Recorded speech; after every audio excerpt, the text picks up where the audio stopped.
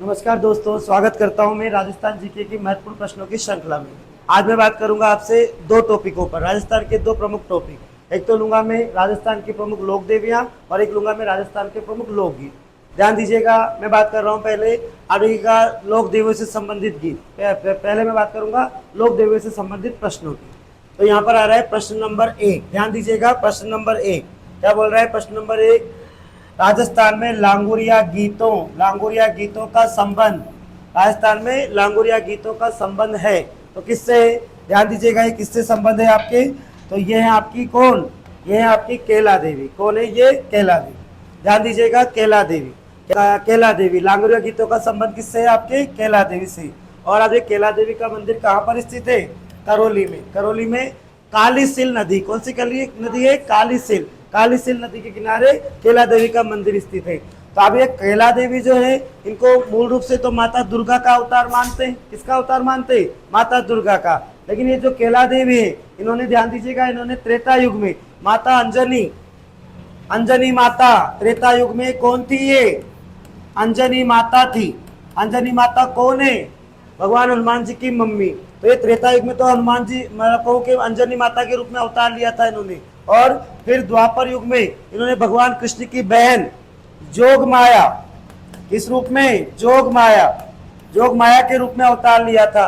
फिर आपको ध्यान है, भगवान कृष्ण जो 8वें पुत्र के रूप में हुए थे, माता देवकी और भगवान वसुदेव के। तो ऐसे हालत में इस समय पर अभी भगवान कृष्ण तो यहाँ पर कारागार में जन्म लिया था, और जोग माया जो थी वो नंदगांव में माता यशोदा ने जन्म दिया था। तो आप जानते हैं, भगवान वसुदेव भगवान कृष्ण को तो रखा है नंदगांव, और वहां से किसको ले आए थे? उनकी पुत्री को, जोग माया को ले आए थे। तो आप देख रहे थे, जब कंस ने इनको उठाकर फेंकना चाहा, मारना चाहा, तो ये उनके हाथ से छूट गई थी। तब इन्होंने कहा था कि कलयुगे प्राप्ते केला नामे भविष्य थे, मैं कलयुग में किस रूप में पूजी जाऊंगी? केला देवी के रूप में पूजी जाऊं। तो आप इसी कारण ये जो आपकी केला देवी मूल रूप से तो माता दुर्गा का अवतार है, पर बोले तो इन्होंने त्रेता युग में तो अंजनी माता के रूप में अवतार लिया, और इन्होंने ही द्वापर युग में, भगवान कृष्ण द्वापर युग में आए थे, तो ये भगवान कृष्ण की बहन बनी थी जोग माया, इस रूप में अवतार लिया था। तो आप देखिएगा, ये जो लांगुरिया का संबंध है, ये किससे? अंजनी माता से। बताइए, अंजनी माता के पुत्र हनुमान जी थे और वो लंगूर थे। तो आप देखिएगा, ये जो केला देवी है, इनके गीतों को, केला देवी के गीतों को, इनके भक्तों को तथा इनके नृत्यों को क्या कहा जाता है? लांगुरिया कहा जाता है। क्या कहा जाता है? लांगुरिया। लंगूर से संबंध है लांगुरिया। तो लंगूर से संबंध किस देवी का है? केला देवी का। किसका संबंध है? केला देवी का। तो ध्यान दीजिएगा, राजस्थान के लांगुरिया गीतों का संबंध किससे है? तो ये किससे है? केला देवी से। कहां पर स्थित है? करौली। यादवों की कुलदेवी। किसकी कुलदेवी? यादवों की, जादवों की कुलदेवी मानी जाती है आपकी ये केला देवी। जिनके गीतों को क्या बोलते हैं? लांगुरिया। भक्तों को भी क्या बोलते हैं? लांगुरिया। और इनके नृत्यों को भी क्या बोलते हैं? लांगुरिया कहते हैं। इस प्रश्न का उत्तर हो जाएगा केला देवी। लांगुरिया गीतों का संबंध किससे? केला देवी से। आगे चलते हैं, प्रश्न नंबर 2। प्रश्न नंबर 2 क्या कह रहा है? जैसलमेर के नरेश कुलदेवी के रूप में निम्न में से किस देवी की पूजा करते हैं? अर्थात जैसलमेर के राजाओं की कुलदेवी कौन है? ध्यान दीजिएगा, जैसलमेर के राजाओं की कुलदेवी है कौन? स्वागया माता। कौन है? स्वागया माता। स्वागया माता, जिन्हें ही आप देखिएगा, ये आवड़ माता का ही एक अवतार माना जाती है। कौन मानी जाती है? आवड़ माता। स्वागया माता का ही दूसरा नाम क्या है? आवड़ माता। स्वागया माता का ही दूसरा नाम क्या माना जाता है? आवड़ माता। और इन आवड़ माता को सुगन चिड़ी भी कहते हैं। क्या बोलते हैं? शगुन चिड़ी, सुगन चिड़ी।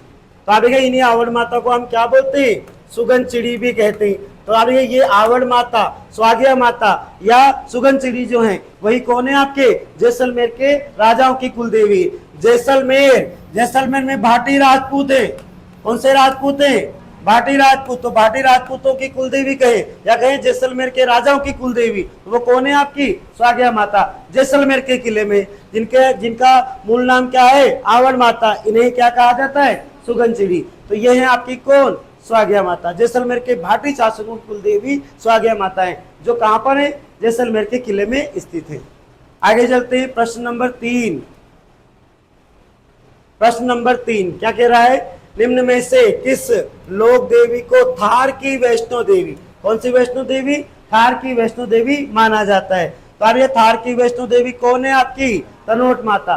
तनोट माता जिन्हें ही कहा जाता है सैनिकों की देवी। इन्हीं को क्या कहा जाता है? सैनिकों की देवी। और क्यों कहा जाता है इनको सैनिकों की देवी? क्योंकि इस मंदिर का पुजारी कौन होता है? सैनिक होता है, बीएसएफ का जवान होता है। तो यही सैनिकों की देवी तनोट माता। और इन्हें कहा जाता है रुमालों वाली देवी। इन्हें क्या कहा जाता है? रुमालों वाली देवी। और इन्हें कहा जाता है क्या? थार की। थार का मतलब रेगिस्तान, मरुस्थल। मरुस्थल की वैष्णो देवी भी इन्हें कहा जाता है। ध्यान दीजिएगा 1965 1965 में भारत और पाकिस्तान का युद्ध हुआ था। तो उस युद्ध में अब ये पाकिस्तान की सेना ने इस मंदिर के परिसर में कई सारे गोले दागे थे, पर एक भी गोला नहीं फटा। तो अब ये उस समय पर 1965 में भारत की पाकिस्तान पर विजय हुई थी। इसी उपलक्ष्य में इस मंदिर के परिसर में भारत सरकार ने विजय स्तंभ बनाया है। यहाँ पर क्या बना हुआ है? विजय स्तंभ। और आप देखिएगा ये जो देवी है, इस मंदिर का जो पुजारी होता है वो आपका बीएसएफ का जवान ही होता है। पूरी जिम्मेदारी किसकी है? बीएसएफ के जवान, सैनिकों की। तो तनोट माता जिन्हें क्या कहा जाता है? थार की वैष्णो देवी। इन्हें क्या कहा जाता है? सैनिकों की देवी। सैनिक ही इसका पुजारी होता है। और इन्हें क्या कहा जाता है? रुमालों वाली देवी। तो आप देखिएगा यहाँ पर सरकार ने क्या बनाया है? विजय स्तंभ। किस उपलक्ष्य में? 1965 में भारत के पाकिस्तान पर विजय के उपलक्ष्य में। बॉर्डर फिल्म जो देखी है आपने, 1965 का युद्ध था। तो उस युद्ध में आपने देखा था भारत की विजय हुई थी पाकिस्तान पर। तो उसी उपलक्ष्य में भारत सरकार ने यहाँ पर क्या बनाया है? एक विजय स्तंभ बनाया। ये विजय स्तंभ। आगे चलते हैं प्रश्न नंबर 4। प्रश्न नंबर 4 फिर आ गई सुगन चिड़ी। सुगन चिड़ी को किस लोक माता का स्वरूप माना जाता है? किस लोक माता का स्वरूप माना जाता है? तो आप यहाँ पर है आयण माता। कौन सी माता? आयण माता। आयण माता, स्वागिया माता, सुगन चिड़ी, इनको किस रूप का किसका माना जाता है? आयण माता का। यहाँ पर ओब्लिक आ जाएगा। आयण माता जिन्हें हम क्या बोलते हैं? स्वागिया माता भी कहते हैं। और इन्हें हम क्या बोलते हैं? सुगन चिड़ी। किसकी कुल देवी है ये? तो ये है आपके जैसलमेर के भाटी। जैसलमेर के भाटी शासकों की कुल देवी है, जिनको सुगन चिड़ी भी कहा जाता है। इन्हें आयण नहीं आवड़, इन्हें क्या कहा जाता है? आवड़ माता। और इन्हें क्या कहा जाता है? स्वाग्या माता भी कहा जाता है। जैसलमेर के शासकों की कुल देवी आवड़ माता। आगे चलते हैं प्रश्न नंबर 5। प्रश्न नंबर 5 अलवर क्षेत्र। अलवर क्षेत्र की लोक देवी के रूप में किसे मान्यता प्राप्त है? ध्यान देंगे, देख लेंगे कौन सी अलवर क्षेत्र की देवी। लटियाली माता फलोदी में है, सचिया माता ओसिया जोधपुर में है, सुगाली माता पाली संग्रहालय में, जिलानी माता। कहा कौन सी देवी है अलवर क्षेत्र की प्रमुख देवी? जिलानी माता। जिलानी माता का मंदिर बहरोड में बना हुआ है। कहाँ बना हुआ है? बहरोड। अलवर का प्रमुख स्थान है बहरोड में बना हुआ है। और ये जो जिलानी माता है, इनको क्या श्रेय, इनकी पूजा क्यों होती है यहाँ पर? आप देखिए बहरोड क्षेत्र में इन्होंने इस्लामीकरण की प्रक्रिया को, कौन सी प्रक्रिया को? इस्लामीकरण की प्रक्रिया को इन्होंने रोका था। तो इस्लामीकरण की प्रक्रिया को रोकने का श्रेय किसे दिया जाता है? जिलानी माता को। अलवर क्षेत्र यानी अलवर के बहरोड क्षेत्र में है आपकी ये जिलानी माता। और इनको क्या श्रेय मिलता है? इस्लामीकरण की प्रक्रिया को रोकने का। तो इस क्षेत्र की प्रमुख देवी कौन सी है आपकी? जिलानी माता, जो कहां पर है? अलवर के बहरोड क्षेत्र में। आगे चलते हैं। आगे आ रहा है प्रश्न नंबर 6। निम्न युग्मों में से कौन सा लोक देवी और प्रमुख मंदिर में असंगत है, अर्थात गलत कौन सा है? आपको देखना है कि यहाँ पर लोक देवी के नाम दे रखे, तो ये लोक देवी के नाम जो सामने दे रखे उनके स्थान से कौन सा असंगत है, यानी कौन सा जो विकल्प है वो क्या है? यहाँ पर असंगत है, गलत है। ब्रह्माणी माता सोरसन बारा, बिल्कुल ठीक है। ब्रह्माणी माता जानते हैं, ब्रह्माणी माता। नारायणी माता राजगढ़ अलवर, बिल्कुल ठीक है। आवरी माता असावरा जिसको निकुंभ भी कहते हैं, असावरा या इसको ही क्या बोलते हैं? निकुंभ। तो असावरा या निकुंभ नामक स्थान कहाँ पड़ता है? चित्तौड़ में। आवरी माता लकवे से पीड़ित व्यक्ति की का इलाज होता है यहाँ पर। और जिलानी माता अभी चर्चा की है, जिलानी माता जसोल में नहीं है, बाड़मेर में नहीं है। जिलानी माता कहाँ पर है? बहरोड में। अभी पिछले प्रश्न में चर्चा की मैंने, जिलानी माता कहाँ पर है? बहरोड में। तो इस प्रश्न में कौन सा विकल्प अशुद्ध है, असंगत है? जिलानी माता। यहाँ लिखा है जसोल बाड़मेर, जबकि ये कहाँ पर है? बहरोड अलवर में। तो यहाँ पर कौन सा असंगत हो जाएगा? जिलानी माता जसोल में ना होकर, बाड़मेर में ना होकर कहां पर है? बहरोल अलवर में। इस प्रश्न का उत्तर हो जाएगा जिलानी। आगे आ रहा है प्रश्न नंबर 7। जालोर के चौहानों की कुलदेवी निम्न में से कौन है? जालोर के चौहान, बताइए जालोर के चौहानों को कौन सा चौहान माना जाता है? सोनगरा चौहान। कौन से चौहान राज करते थे यहाँ पर? सोनगरा चौहान। और ये सोनगरा चौहान क्यों कहलाते हैं? क्योंकि आप देखिएगा जालोर में है सोनगढ़। जालोर में क्या है? सोनगढ़। सोनगढ़ स्वर्णगिरी पर्वत पर स्थित है सोनगढ़ किला, उसी किले में रहकर ये राज करते थे, इसी कारण ये क्या कहलाते हैं? सोनगरा चौहान। तो सोनगरा चौहानों की, आगे नॉर्मली सभी चौहानों की कुलदेवी कौन सी है आपकी? आशापुरा माता। सभी चौहानों की कुलदेवी कौन सी है? आशापुरा माता। पर ये जो जालोर में स्थित है, जालोर के किले में स्थित है आशापुरा माता, इनको महोदरी माता कहा जाता है। इनको क्या कहा जाता है? महोदरी, महोदर या महोदरी माता। और इनको एक महोदरी माता का मतलब महाधन उदर यानी बड़े पेट वाली माता। इनको क्या कहा जाता है? बड़े पेट वाली माता भी कहा जाता है। तो जालोर के सोनगरा चौहान के कुलदेवी का क्या नाम है? आशापुरा माता। और जालोर के चौहान कौन से हैं? सोनगरा चौहान। और अभी इसी देवी का दूसरा नाम क्या है? महोदरी माता। और इन्हें क्या कहा जाता है? बड़े पेट वाली माता। तो जालोर के चौहानों की कुलदेवी कौन हो जाएगी? आशापुरा माता। आगे चलते हैं प्रश्न नंबर 8। प्रश्न नंबर 8 ध्यान दीजिएगा। आमेर में शिला देवी का मंदिर बनवाया गया था, अर्थात किसके द्वारा बनवाया गया था? तो आमेर में शिला देवी का मंदिर मानसिंह, कौन है? मानसिंह फर्स्ट के द्वारा बनवाया गया था। ध्यान दीजिएगा, ये जो मंदिर, ये जो शिला देवी है, ये शिला देवी की मूर्ति मूल रूप से मानसिंह फर्स्ट बंगाल से लेकर आया था। कहां से लेकर आया था? बंगाल के शासक थे केदार। बंगाल के केदार नामक शासक को पराजित करके, और इस मंदिर की मूर्ति को मानसिंह फर्स्ट बंगाल से लेकर आया था। ये जो मंदिर है, ये जो आपका मंदिर है, ये आप देख रहे बंगाल की मूर्ति से बना हुआ है। तो इसी हालत में ये जो मंदिर है ये पाल शैली में बना हुआ है। बंगाल में जो मंदिरों की शैली होती है वो कौन सी होती है? पाल शैली में बना हुआ है। और इस मंदिर को दुग्ध धवल मंदिर भी कहा जाता है। इस मंदिर को क्या कहा जाता है? दुग्ध धवल मंदिर। और यह मंदिर मानसिंह ने बनवाया था आमेर के किले में। कहां बनवाया था? आमेर के किले में बनवाया था, आमेर के किले के जलेब चौक में। और ये मंदिर कौन सी शैली में? पाल शैली में बना हुआ है। इस मंदिर को क्या बोलते हैं? दुग्ध धवल मंदिर। अब इस मंदिर की दो विशेषताएं, एक तो इस मंदिर की जो मूर्ति है उसके ऊपरी भाग पर पंचदेवों की मूर्तियां बनी हुई। इस मंदिर की मूर्ति के ऊपरी भाग पर क्या बनी हुई है? पंचदेवों की मूर्तियां बनी हुई है। और ये जो मंदिर है इसमें भक्त को शराब, अरे चरणामृत के रूप में भक्त को क्या? शराब या जल दिया जाता है। जैसा भक्त होगा वैसा इसको क्या दिया जाता है? चरणामृत दिया जाता है। तो ये शिला देवी का मंदिर किसने बनवाया था? मानसिंह फर्स्ट ने। मानसिंह फर्स्ट जो बंगाल के केदार नामक शासक को हराकर इस मूर्ति को बंगाल से लेकर आया था। और अभी इस मंदिर को आमेर किले के जलेब चौक में बनवाया था। और ये मंदिर किस शैली का है? पाल शैली का। इसे क्या कहा जाता है? इसे दुग्ध धवल मंदिर भी कहा जाता है। और इस मंदिर के ऊपरी भाग पर पंचदेवों की, यहाँ पर सिर के ऊपर 5 देवों की मूर्तियां बनी हुई है। और इस मंदिर में चरणामृत के रूप में क्या दिया जाता है? भक्त को शराब या जल दिया जाता है। तो आमेर में जो शिला देवी का मंदिर है वो किसके द्वारा बनाया गया है? मानसिंह फर्स्ट के द्वारा। आगे चलते हैं प्रश्न नंबर 9। प्रश्न नंबर 9, राजस्थान के लोक साहित्य में किस देवी देवता का गीत सबसे लंबा है? बताइए सबसे लंबा गीत किसका है? जीण माता का। किसका? जीण माता का। राजस्थान में अगर पूछे लोक देवी और देवताओं में सबसे लंबा गीत किसका है तो वो किसका है? जीण माता का। आप देखिए ये जो गीत है इस गीत को चिरंजा कहते हैं। इस गीत को क्या बोलते हैं? चिरंजा।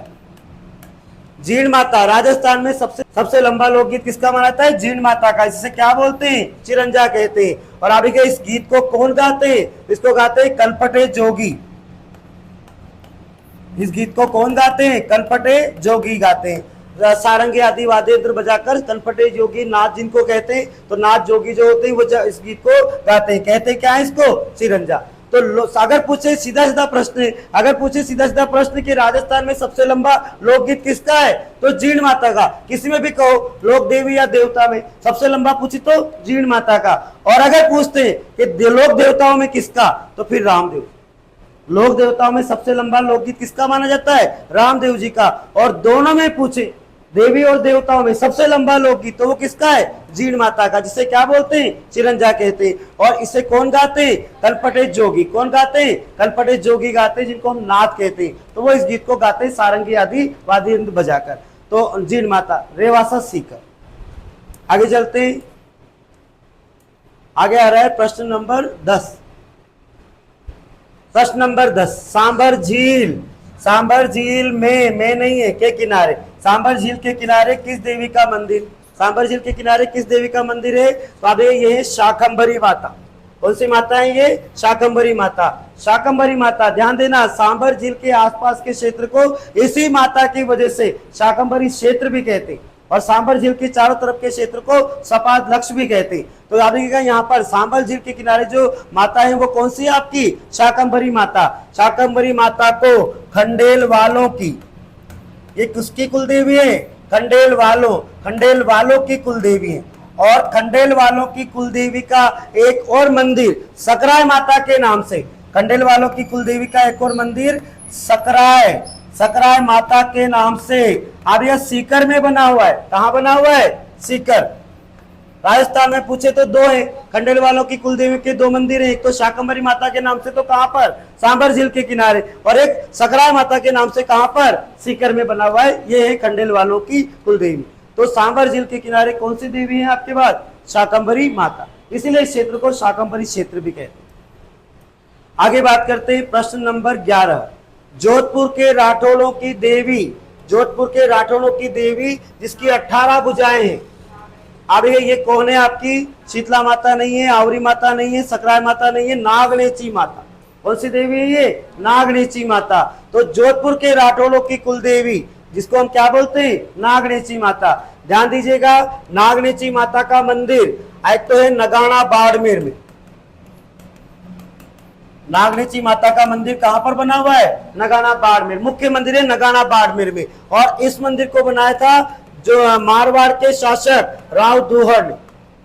इस मंदिर को बनाया था किसने? राव दुहड़ ने। कर्नाटक से लाई गई मूर्ति से नगाना बाड़मेर नामक स्थान पर राव दुहड़ ने इस मंदिर का निर्माण करवाया था। और फिर बाद में जब राव जोधा ने जोधपुर बसाया, राव जोधा ने क्या बसाया? जोधपुर। तो अब ये जोधपुर के किले में, जोधपुर के किले का क्या नाम है? मेहरानगढ़। जोधपुर के किले में यानी कि मेहरानगढ़ में भी नागनेची माता का मंदिर बना हुआ है। और मेहरानगढ़ की जो नागनेची माता है उसका निर्माण करवाया किसने?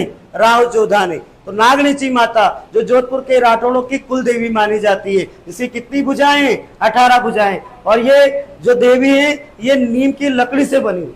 इस मंदिर की मूर्ति किसकी है? नीम की लकड़ी की। तो अब इसलिए जोधपुर के राठौड़ जो हैं वो नीम की लकड़ी का प्रयोग नहीं करते। जोधपुर के राठौड़ों की कुल देवी जिसकी 18 भुजाएं कौन सी हो जाएंगी? नागनेची माता का प्रमुख मंदिर कहाँ है? नगाना बाड़ में। जो किसने बनवाया है? राव दुहड़ ने। जो किसने बनवाया था? राव दुहड़ ने। और मेहरानगढ़ में भी एक किसका मंदिर है जो किसके द्वारा बनवाया गया है? राव जोधा के द्वारा। आगे चलते हैं प्रश्न नंबर 12। प्रश्न नंबर 12, राजस्थान की कौन सी विख्यात लोक देवी का संबंध चूहों से है? बहुत बड़ी। किस लोक देवी का संबंध चूहों से है? तो आप ये कौन सी देवी है आपकी? चूहों वाली देवी। कौन है? करणी माता। चूहों वाली देवी कौन आपकी? करणी माता। करणी माता जिनका मंदिर कहां पर है? देशनोक में। मुख्य मंदिर कहां है? देशनोक बीकानेर। करणी माता का मुख्य मंदिर कहां है? तो देशनोक बीकानेर। इस मंदिर में असंख्य चूहे पाए जाते हैं। क्या पाए जाते हैं? असंख्य चूहे। और ये जो चूहे हैं इन चूहों को चारण जाति के लोग, इन चूहों को कौन से? चारण जाति के लोग अपना पूर्वज मानते हैं। इन चूहों को क्या मानते हैं? चारण जाति के लोग अपना पूर्वज मानते हैं। करणी माता, रिद्धुबाई, रिद्धिबाई, अभी ये चारण जाति की थी। तो ये जो चूहे हैं, इन चूहों को चारण जाति के लोग क्या मानते हैं? अपना पूर्वज मानते हैं। और इन चूहों में जो सफेद चूहे होते हैं, इन चूहों में जो कौन से चूहे? सफेद चूहे। उन सफेद चूहों को काबा कहते हैं। उन सफेद चूहों को क्या बोलते हैं? काबा। और इनके दर्शन शुभ माने जाते हैं। तो ध्यान देना, राजस्थान में किस देवी का संबंध चूहों से माना जाता है? करणी माता, जो कहां पर बनी हुई है? देशनोक बीकानेर। देशनोक बीकानेर में बनी हुई है। यहाँ पर असंख्य चूहे पाए जाते हैं और इन चूहों को चारण जाति के लोग क्या मानते हैं? अपना पूर्वज मानते हैं। और इन चूहों में जो सफेद चूहे होते हैं, उनको ये क्या कहा जाता है? काबा। और उनके दर्शन शुभ माने जाते हैं। तो चूहों की देवी कौन सी है आपकी? करणी माता।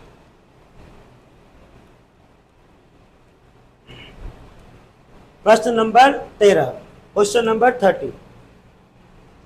ध्यान दीजिएगा, क्या लिखा है यहाँ पर?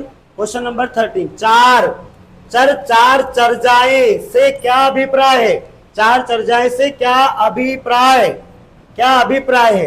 ध्यान दीजिएगा, चारण चर्चाएं क्या है? ये चारण चर्चाएं। चारण जाति के लोग, अभी भी बताया पिछले प्रश्न में, चारण जाति के लोगों की कुलदेवी कौन सी है आपकी? करणी माता। तो चारण जाति के लोग करणी माता की जो स्तुतियां गाते हैं, उसे क्या कहा जाता है? चारण चर्चाएं कहा जाता है। क्या कहा जाता है? चारण चर्चाएं। देखिए, चारण जाति की कुलदेवी कौन सी है आपकी? करणी माता, चूहों वाली देवी, देशनोक बीकानेर। तो चारण चर्चाएं क्या है? करणी माता की स्तुतियां, करणी माता की जो प्रार्थना करते, जो उनकी पूजा करते समय आप भजन गाते, उसे क्या बोलते हैं? चारण चर्चाएं। आगे चलते, आगे आ रहा है प्रश्न नंबर 14। राजसमंद झील में नहीं है के किनारे किस लोक देवी का स्थान है? राजसमंद झील के किनारे किस दो लोक देवी का स्थान है? तो बताइए किसका स्थान है? घेवर माता। कौन है? घेवर माता। ध्यान देना, राजसमंद झील के किनारे कहां बनी हुई है? राजसमंद झील के किनारे। किसने बनवाया? तो राणा राज सिंह जिन्होंने अभी राजसमंद झील का निर्माण करवाया था, गोमती नदी का पानी रोककर। उन्होंने ही उसी समय पर अभी घेवर माता का मंदिर भी बनवाया था। सामान्यतः ये जो घेवर माता है, इनके बारे में कहा जाता है कि ये बिना पति के सती हुई थी। बिना पति के क्या हुई थी? ये सती हुई थी। बिना पति के सती हुई थी। तो उनके इसी बलिदान के लिए अभी राणा राज सिंह ने इनका मंदिर बनवाया राजसमंद झील के किनारे। सामान्यतः एक कथा चलती है। कथा ये है कि राणा राज सिंह जब राजसमंद झील बना रहे थे गोमती नदी का पानी रोककर, तो वो दिन में डैम बनाते पानी रोकने के लिए और रात्रि को टूट जाया करता था। रोजाना पानी बहाकर उसको ले जाता था। तो किसी तांत्रिक ने बताया कि आप ऐसी महिला के हाथों से इस झील की नींव रखवाइए जिसके बाएं कौन सा? ये उल्टा हाथ, बाएं गाल पर तिल हो। तो ऐसी महिला मिली। कौन आपको? घेवर माता। पर शर्त है कि वो नींव रखने के बाद क्या होंगी? सती होंगी। तो अब ये घेवर माता है, इनका विवाह नहीं हुआ था, तो ऐसे हालत पर इनको सती तो होना था। तो बिना पति के सती होने वाली देवी कौन सी आपकी? घेवर माता। और इनका मंदिर कहाँ बना हुआ है? राजसमंद झील के किनारे। किसने बनवाया है? राणा राज सिंह ने। तो यह है घेवर माता, राजसमंद झील के किनारे इनका मंदिर बना हुआ, बिना पति के सती हुई। आगे आ रहा है प्रश्न नंबर 15। सुगाली माता किस राज परिवार की आराध्य देवी है? याद कीजिए 1857 की क्रांति। 1857 की क्रांति के समय ध्यान दीजिएगा, ये जो मंदिर है सुगाली माता का, ये कहां पर था? आहुआ में। ये मंदिर कहां पर था आपका? आहुआ में था ये। तो आहुआ के ठाकुर परिवारों की, आहुआ में कौन से ठाकुर थे? चंपावत, कुशाल सिंह चंपावत।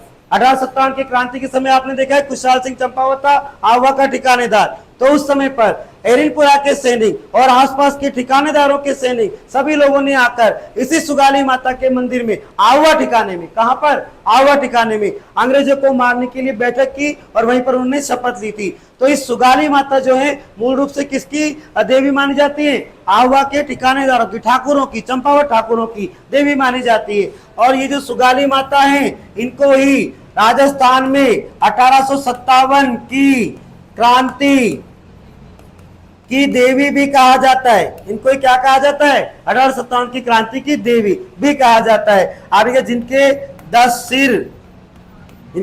सिर और 54 हाथ हैं, इनके 10 सिर और 54 हाथ हैं। नॉर्मली आप देखिएगा आहुआ से इस मूर्ति को अंग्रेज सेनापति होम्स उठाकर ले गया था अजमेर, लेकिन ये जो मूर्ति है ये पाली जिला है आहुआ, तो ये मूर्ति आज वर्तमान में पाली संग्रहालय में सुरक्षित है। तो आप देखिएगा सुगाली माता किसकी कुल देवी मानी जाती है, किनके, तो आराध्य देवी किसकी है, आहुआ के ठाकुरों की, जो कौन थे, चंपावत, याद करो खुशहाल सिंह चंपावत की कुलदेवी की आराध्य देवी मानी जाती है। और इन्हें क्या कहा जाता है, 1857 की क्रांति की देवी कहा जाता है, जिसके कितने सिर, 10 सिर और 54 हाथ। तो ये देवी कौन सी है आपकी, सुगाली माता, आहुआ के ठाकुर परिवारों की कुलदेवी। आगे आ रहा है प्रश्न नंबर 16। प्रश्न नंबर 16, निम्न में से किस देवी को शिशु रक्षक लोक देवी माना जाता है, बताइए किसे माना जाता है। शिशु रक्षक लोक देवी कौन है, महामाया माता। कौन है, महामाया माता। महामाया माता याद कीजिए, महामाया माता, अभी ये महामाया माता के नाम से इनका मंदिर मावली में बना हुआ है, मावली चित्तौड़ में, मावली उदयपुर, क्षमा कीजिएगा, मावली उदयपुर में बना हुआ है। तो ये जो महामाया माता है इनकी पूजा क्यों करते हैं, स्त्री के प्रसव को निर्विघ्न कराने के लिए। और याद कीजिए ये जो महामाया माता है, ये महामाया माता एक आपकी शीतला माता है। कौन सी माता, शीतला माता। शीतला माता का ही उपनाम है महामाया माता। शीतला माता इन्हें कहा जाता है चेचक की देवी। शीतला माता को क्या कहा जाता है, चेचक की देवी। इन्हें कहा जाता है महामाया, महामाया माता। और इन्हें कहा जाता है सेडल माता। इन्हें क्या कहा जाता है, सेड मैया, सेडल माता। तो आप जानते हैं कि शीतला माता चाकसू प्रमुख मंदिर कहाँ है इनका, चाकसू जयपुर में। प्रमुख मंदिर कहां पर बना हुआ है इनका, चाकसू जयपुर में, शीतला माता के नाम से। और इस मंदिर को किसने बनवाया था, सवाई माधो सिंह सेकंड ने बनवाया था। तो शीतला माता को चेचक की देवी कहा जाता है। स्वयं आप देखना शीतला माता की पूजा कैसे करते हैं हम, खंडित रूप में, पत्थर पत्थर होते हैं, लोडिया होती है एक तरह से, उस प्रकार से इनकी पूजा करते हैं। तो ये स्वयं खंडित रहकर बच्चों को चेचक की बीमारी से बचाती है, तो इसलिए इनको क्या बोलते हैं, शिशु रक्षक देवी भी कहा जाता है। तो ये कौन है आपकी, महामाया माता। महामाया माता को हो, शीतला माता को हो, चेचक की देवी को हो, महामाया माता या सेडल माता। और ये कौन है, शिशु रक्षक देवी। इनका मंदिर कहाँ बना हुआ है, चाकसू जयपुर में। और महामाया माता के नाम से मावली उदयपुर। अब ये कौन है, शिशु रक्षक देवी राजस्थान की, चेचक की देवी शीतला माता। प्रश्न नंबर 17, निम्नलिखित में से कौन सा समुदाय अपने मंदिरों के लिए बड़ेर पद को प्राप्त करता है। ध्यान दीजिएगा, याद कीजिए कौन सी देवी है ये है आपकी आई माता। किस जनजाति, किस जाति की कुल देवी है, सिरवे जाति। आई माता, सिरवे जाति की कुल देवी कौन है, आई माता। आई माता का मंदिर बिलाड़ा में बना हुआ है। बिलाड़ा जो कहां पड़ता है, जोधपुर।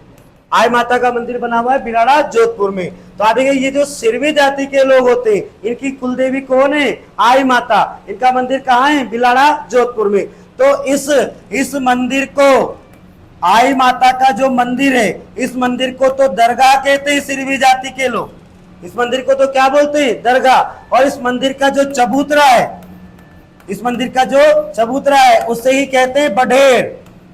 उसे क्या बोलते हैं, बढेर। तो अभी ये बढेर का पद प्राप्त करता है, तो बढेर का पद को किसको प्राप्त करते हैं, किसको देते हैं, आई माता, जो कहां पर है, बिलाड़ा जोधपुर में। किसकी कुल देवी है, सिरवी जाति की। मंदिर बिलाड़ा जोधपुर में बना हुआ है। मंदिर को दरगाह कहते हैं और चबूतरे को बढेर कहा जाता है। क्या पूछ रहा है ये, बढेर का संबंध किस जाति से, तो बढेर का संबंध आई माता का चबूतरा है। और वो किसकी कुल देवी है, सिरवी जाति की कुल देवी। अभी एक बात और कही जाती है आई माता के बारे में, ये रामदेव जी की शिष्या थी।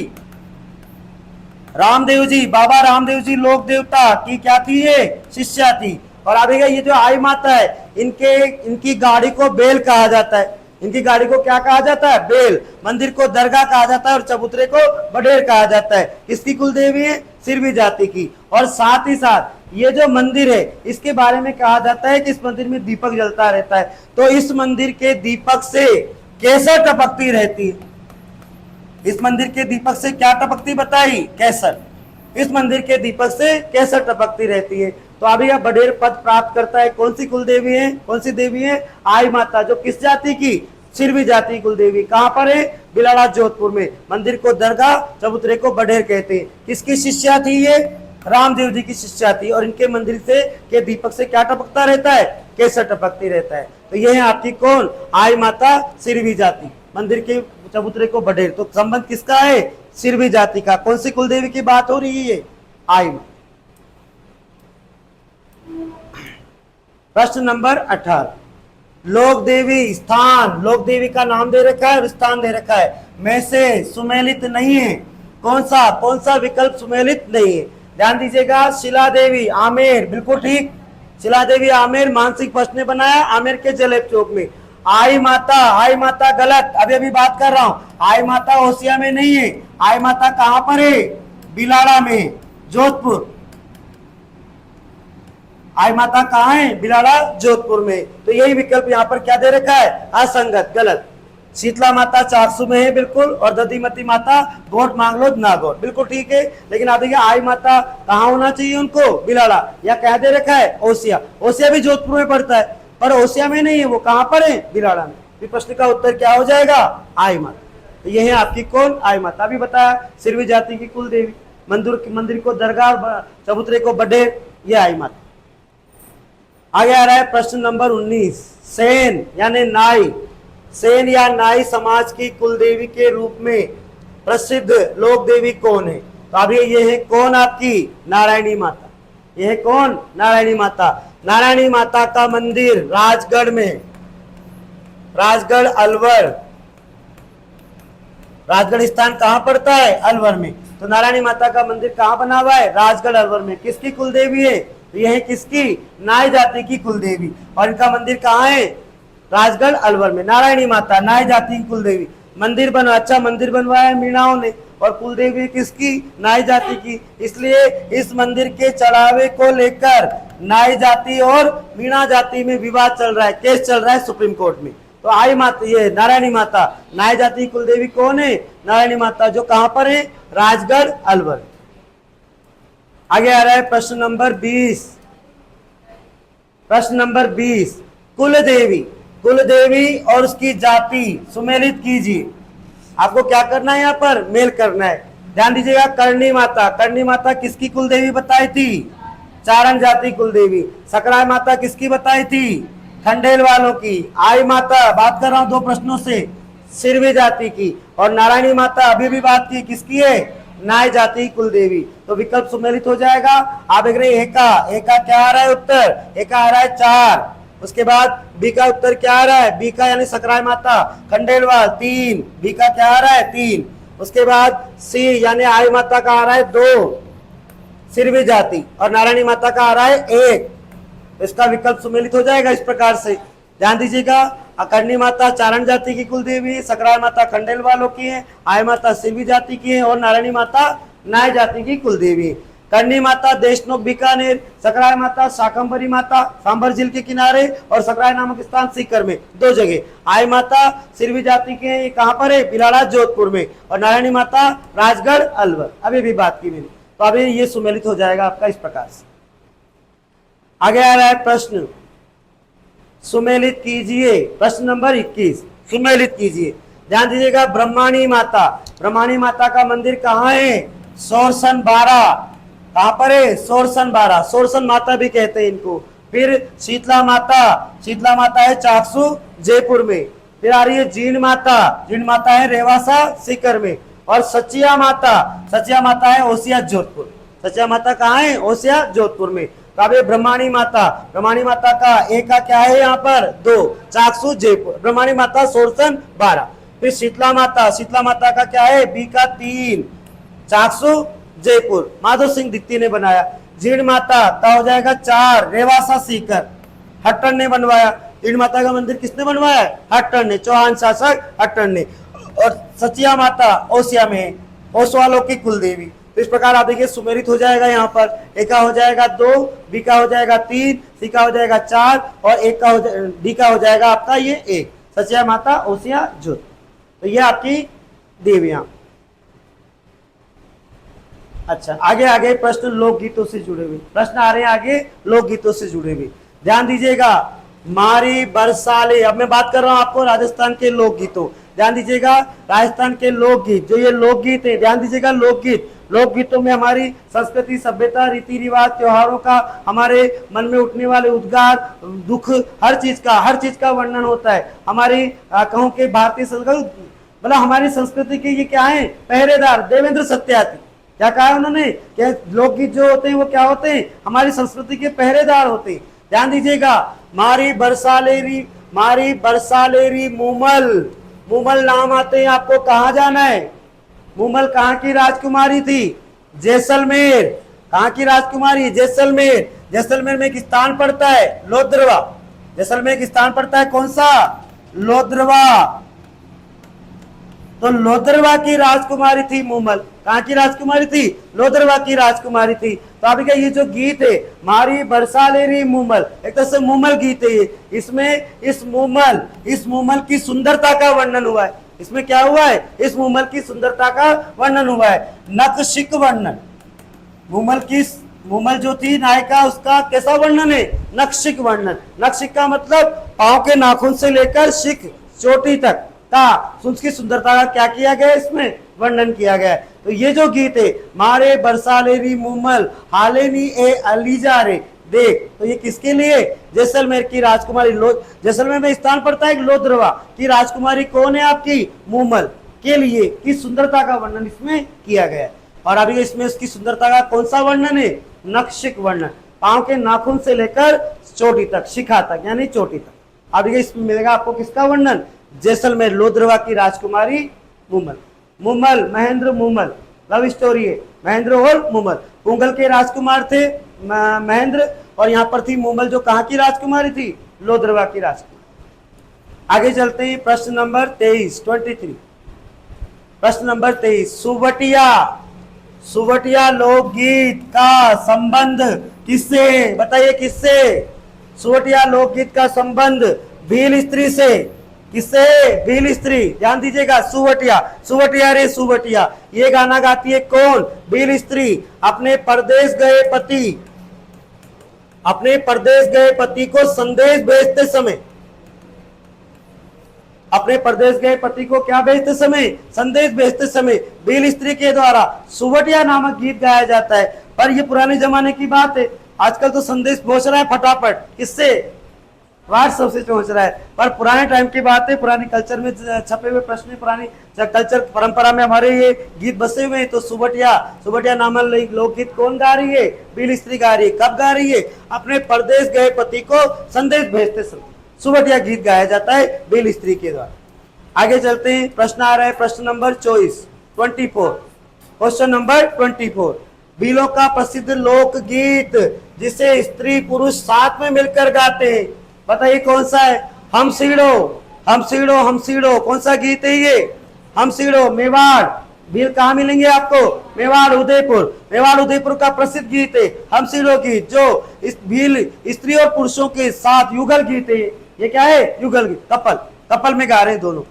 तो ये गीत है आपका कौन सा, हम सीड़ो। कहां पर गाया जाएगा, भील जनजाति कहां मिलेगी आपको, मेवाड़ में गाया जाता है आपका ये वाला गीत। कौन सा गीत है, हम सीड़ो। इसको कौन गाता है, भील स्त्री और पुरुष साथ में मिलकर, युगल गीत है। आगे आ रहा है प्रश्न नंबर 25, लांगुरिया लोकगीत। मैंने देवों के प्रश्न में बताया था अभी आपको, लांगुरिया लोकगीत क्या है। तो लांगुरिया लोकगीत ध्यान दीजिएगा, किसके, कैला देवी, किसके मंदिरों में गाया जाता है, कैला देवी के मंदिरों में। कहां पर है, करौली में। बताया था हनुमान जी की मम्मी थी ये त्रेता युग में अंजनी माता, और द्वापर युग में भगवान कृष्ण की बहन थी, और कलयुग में ये कैला देवी के नाम से जानी जाती है। तो लांगुरिया गीत याद रखना, कैला देवी के भक्त गीत और नृत्य क्या कहलाते हैं, लांगुरिया कहलाते। तो लांगुरिया गीत क्या है, एक तरह से भक्ति गीत है। किसकी भक्ति करते समय, कैला देवी की भक्ति करते समय जो गीत गाए जाते हैं उन्हें क्या बोलते हैं, लांगुरिया। मैंने कहा ना, अंजनी माता का अवतार है। अंजनी माता के पुत्र कौन, हनुमान जी लंगूर थे। तो उनके भक्तों को, उनके गीतों को और कैला देवी के नृत्यों को क्या कहा जाता है, लांगुरिया कहा जाता है। क्या कहा जाता है, लांगुरिया। तो ये लांगुरिया क्या है, एक तरह से भक्ति गीत। और किसका है, तो कैला। आगे चल रहे हैं, प्रश्न नंबर 26, बीचियो लालर पटेलिया, बिचियो लालर पटेलिया, नोखिला और शिखर राजस्थान के क्या हैं? तो राजस्थान के प्रमुख लोकगीत है। ये क्या है? सारे के सारे राजस्थान के प्रमुख लोकगीत। ये सब है भीलों के लोकगीत। ये गाए जाएंगे मेवाड़ में, राजस्थान के मेवाड़ अंचल में। मेवाड़ अंचल यानी उदयपुर और उसके उदयपुर संभाग। मेवाड़ का मतलब आज वर्तमान में क्या? उदयपुर संभाग। तो उदयपुर संभाग में भील जाति के द्वारा ये गीत गाए जाते हैं। तो बिचियो लालर पटेलिया, नोखिला और शिखर क्या है? ये राजस्थान के प्रमुख लोकगीत है। और कहाँ गाए जाते हैं? तो मेवाड़ में। किसके द्वारा? मेवाड़ में कौन सी जनजाति मिलेगी? भील। तो भील जनजाति के द्वारा ये गीत गाए जाते हैं। ये सब गीतों के नाम। आगे आ रहा है प्रश्न नंबर 27, पावना।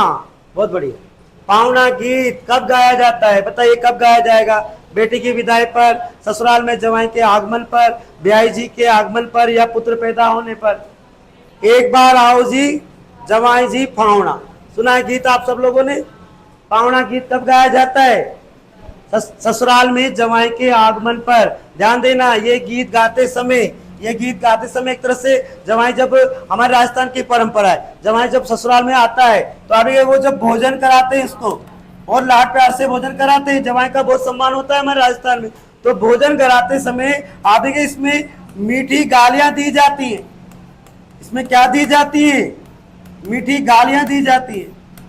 मीठी मीठी गालियां देकर आगे का जवाई को खाना खिलाते हैं बहुत भरपूर, और उस समय गाते हैं इस गीत को। तो पावना गीत क्या है आपका? ससुराल में जवाई के आगमन पर गाया जाता है। तो ये गीत है आपका पावना गीत। पावना, हमारे पावना हाड़ौती में पावना जवाई को कहते हैं कि आपकी तरफ पावना जी? हमारे हाड़ौती में कहते हैं पावना जी। किसको? जवाई को कहते हैं। कमल साहब। आगे आ रहा है प्रश्न, मरुभूमि के लोकगीत उनकी किस भावना के परिचय के? मैं बात कर रहा हूं आपसे, प्रारंभ से बात कर रहा हूं। ध्यान दीजिएगा, लोकगीतों में क्या मिलता है? लोकगीतों में सब कुछ, उमंग मिलती है बिल्कुल, जो के साथ गाया जाता है। वियोग, यहाँ पर वियोग यानी क्या बोलते हैं आपकी भाषा में? जुदाई। क्या बोलते हैं? जुदाई, विरह, वियोग, संयोग श्रृंगार और वियोग श्रृंगार। हृदय की पीड़ा, बिल्कुल उमंग भी है, वियोग भी है, हृदय की पीड़ा भी है। आप गीतों के माध्यम से क्या प्रस्तुत करते हो? सब कुछ उमंग। क्या कुछ होता है? गाना चल रहा है, कुछ चल रहा है ना, उमंग चल रही है, मन में लड्डू फूट रहे हैं। वियोग में बहुत सारे आंसू आ रहे हैं, नायक नायिका गाना गा रहे रोते हुए। हृदय की पीड़ा को भी किसके माध्यम से प्रस्तुत किया जाता है? गीतों के माध्यम से। याद कीजिए, आप लोग भी गीत सुनते हैं, गीत सुनते में कभी कभी तो रोने लग जाते हैं, कभी कभी हंसने लग जाते हैं, कभी कभी आप भावुक हो जाते हैं, कभी भगवान की भक्ति में डूब जाते। तो इसमें क्या मिलेगा? सब कुछ मिलेगा। उमंग, वियोग और हृदय की पीड़ा, सभी। इस प्रश्न का उत्तर क्या हो जाएगा? सभी। गीतों में सब कुछ मिलता है। आगे चलते हैं। आगे आ रहा है प्रश्न 29, प्रश्न नंबर 29, जोरावा गीत क्या है? जोरावा गीत क्या है? तो आप देखिएगा, ये जोरावा गीत भी एक विरह गीत है।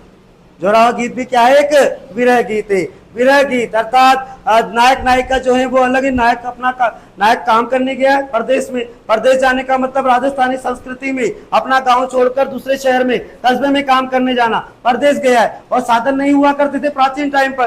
भाई रोज अप डाउन नहीं हो रहा है, अब अप डाउन होता है साल 2 साल में, क्योंकि पैदल आना जाना पड़ता है। तो ऐसी हालत में देखिएगा, नायक नायिका जो है वो विरह गीत के रूप में कौन सा गीत गाते हैं?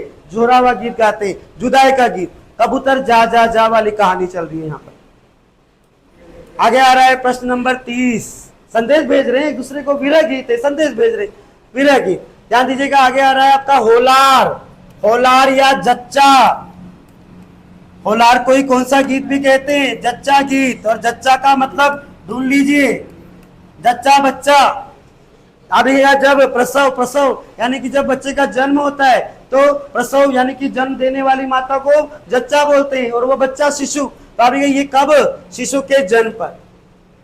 होलार गीत, जिसे जच्चा गीत भी कहते हैं, कब गाया जाएगा? शिशु का जन्म होने पर। राजस्थानी परंपरा में ध्यान दीजिएगा, राजस्थानी परंपरा में हर समय का गीत है।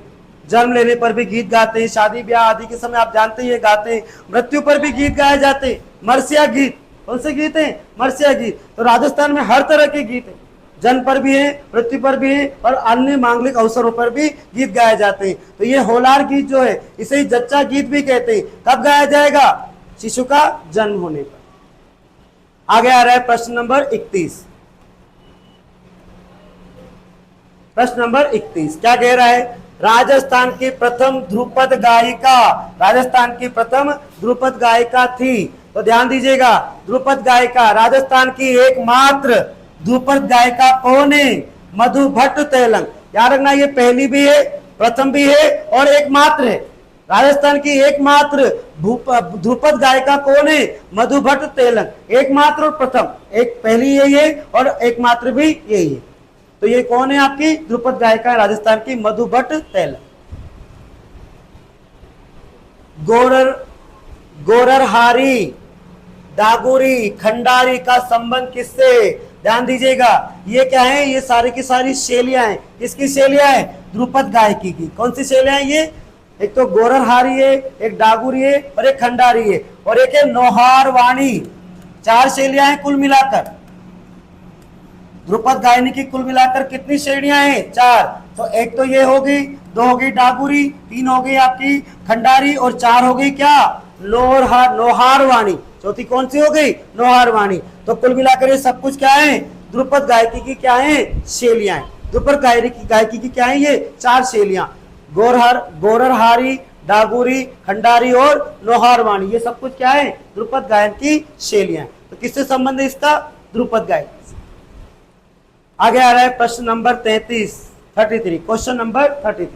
ओलियू, बहुत अच्छा प्रश्न। ओलियू राजस्थानी लोक जीवन के किस अवसर पर संबंधित, किस अवसर से संबंधित है? ध्यान दीजिएगा, ओलियू राजस्थानी भाषा का शब्द है, इसका मतलब होता है याद।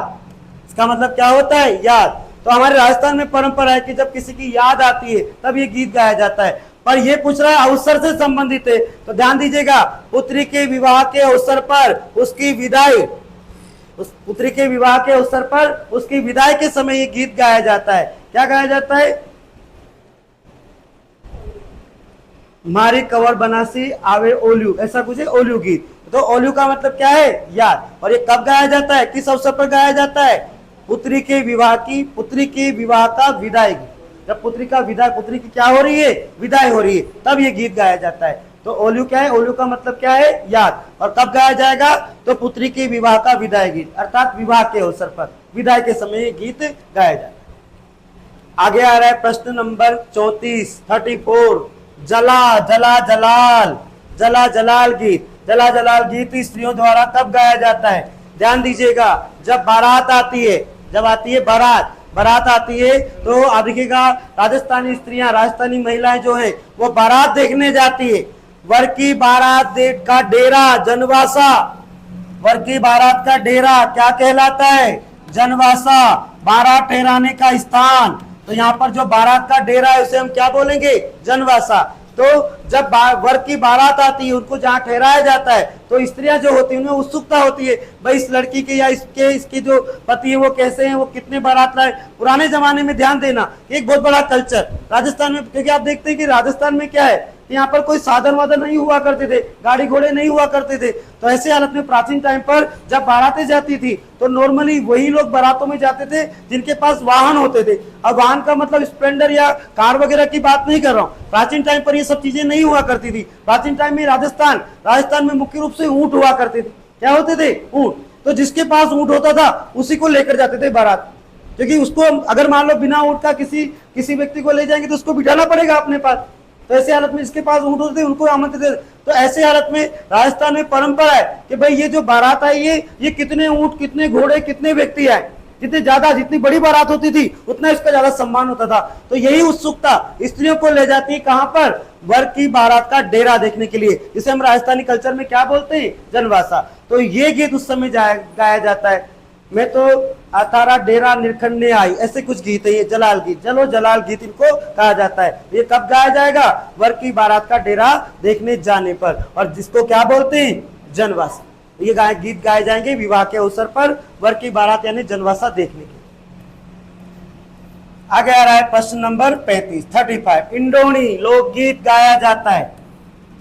इंडोनी लोकगीत कब गाया जाता है? ध्यान दीजिएगा, ये जो इंडोनी है ये क्या है?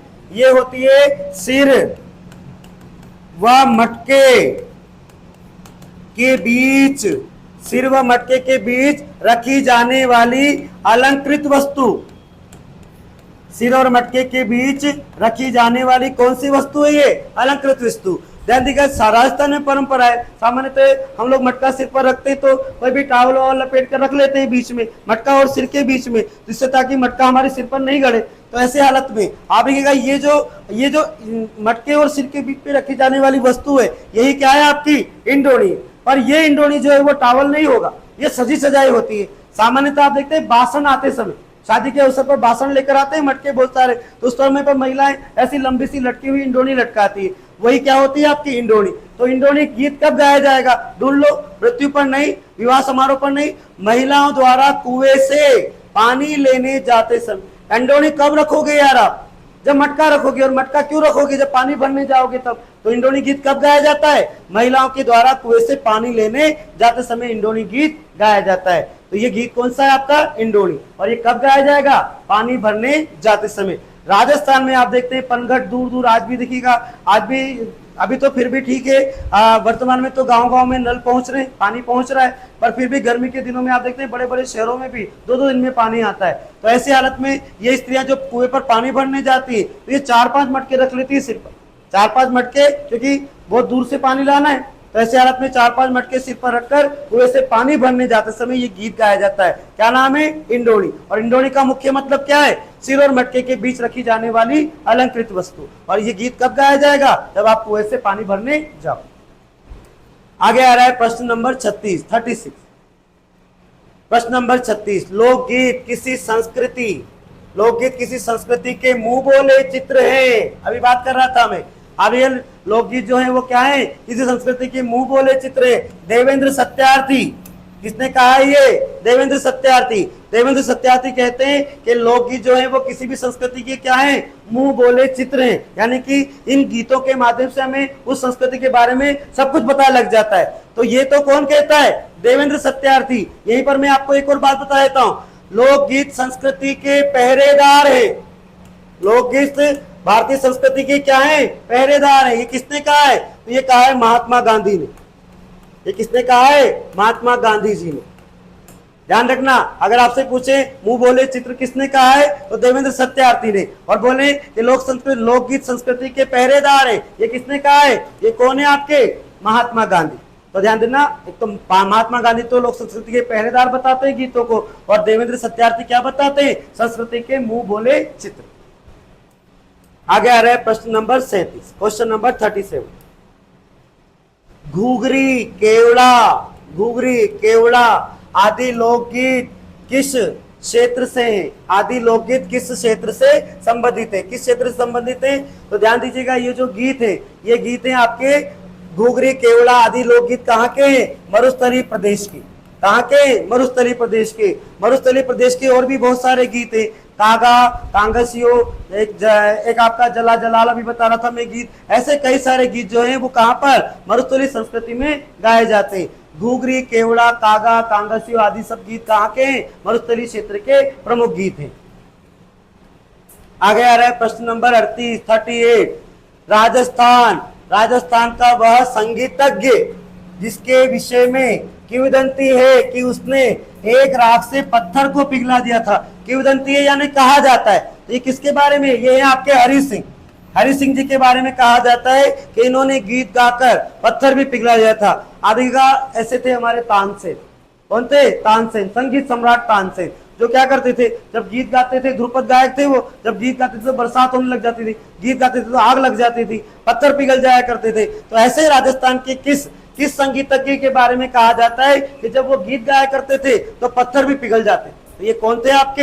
हरि सिंह जी। किसके बारे में कहा जाता है? हरि सिंह जी के बारे में कहा। आगे चलते हैं प्रश्न नंबर 39। होली पर पुरुषों द्वारा कौन से गीत गाए जाते हैं? होली पर धमाल की जाती है। क्या की जाती है? धमाल गीत गाए जाते हैं। और धमाल गीतों को ही क्या बोलते हैं? रसिया गीत। धमाल गीत कहो या कौन से गीत कहो? रसिया गीत। धमाल गीत या रसिया गीत कहते हैं। होली के अवसर पर गाए जाने वाले गीत क्या कहलाते हैं? रसिया या धमाल गीत कहलाते हैं, होली गीत कहलाते हैं। क्या कहलाते हैं? होली गीत। तो होली के अवसर पर पुरुष कौन से गीत गाएंगे? धमाल गीत, जिन्हें हम क्या बोलते हैं? रसिया गीत। आगे आ रहा है प्रश्न नंबर 40। चिरमीरा डाला चार, मारी जाऊं चिरमी रे। चिरमी राज्य के कौन से क्षेत्र में मिलती है? चिरमी, ध्यान दीजिएगा, ये पूर्वी मैदान, राजस्थान के कौन सा है? पूर्वी मैदान, जानते हैं ना पूर्वी मैदान। तो पूर्वी मैदान में गाया जाने वाला प्रमुख गीत है ये जो गीत है चिरमी गीत। चिरमी, चिरमी एक पौधा है। चिरमी क्या है? एक पौधा है। चिरमी होता है एक पौधा, और इस पौधे को संबोधित करते हुए जो अभिगा नायिका यानी कोई स्त्री है, कोई स्त्री है जो क्या करती है? अपने ससुराल में, अपने ससुराल में अपने पिता और अपने भाई, अपने पिता और अपने भाई का इंतजार करते समय, अपने पिता और अपने भाई का क्या करते समय? इंतजार करते समय। अब ये गीत किसी स्त्री के द्वारा, इंतजार करते समय ये गीत किसी स्त्री के द्वारा गाया जाता है, चिरमी नामक पौधे को संबोधित करते। चिरमी क्या है? मूल रूप से एक पौधा है, और इस पौधे को संबोधित करते हुए पूर्वी मैदान की स्त्रियां अपने ससुराल में इस पौधे को संबोधित करते हुए अपने पिता और अपने भाई का शगुन मनाते हुए, उनका इंतजार करते हुए ये गीत गाती। तो अभी ये गीत कौन सा है आपका? चिरमी। और इस चिरमी क्या है? मूल रूप से एक पौधा। इस प्रकार यह आपका क्वेश्चन हुआ, प्रश्न नंबर 40। ध्यान दीजिएगा, आज मैं आपके लिए लेकर आया था राजस्थान की प्रमुख लोक देवियां और राजस्थान के प्रमुख लोकगीत। ध्यान दीजिएगा, ये छोटे छोटे टॉपिक होते हैं, हम इन पर ध्यान नहीं देते, पर यहाँ से भी बहुत अच्छे से बहुत इंपॉर्टेंट से प्रश्न निकला करते हैं। तो आप अवश्य इनका अध्ययन कीजिएगा और साथ ही साथ रिवीजन भी कीजिएगा। मुझे अवश्य ही आपके आने वाले पेपरों में इनमें से कोई क्वेश्चन दिखाई दे रहा है। ध्यान दीजिएगा, मैंने लास्ट क्लासों में भी आपको बताया कई सारे इंपॉर्टेंट क्वेश्चन हमने देखे, और आपने देखा कि वो क्वेश्चन आपके पेपर में बार बार छपते हैं। तो मुझे आशा है कि यहाँ से भी आपके बहुत सारे गीत और लोक देवियां आपके पेपर में भी प्रकट हो सकती हैं। धन्यवाद।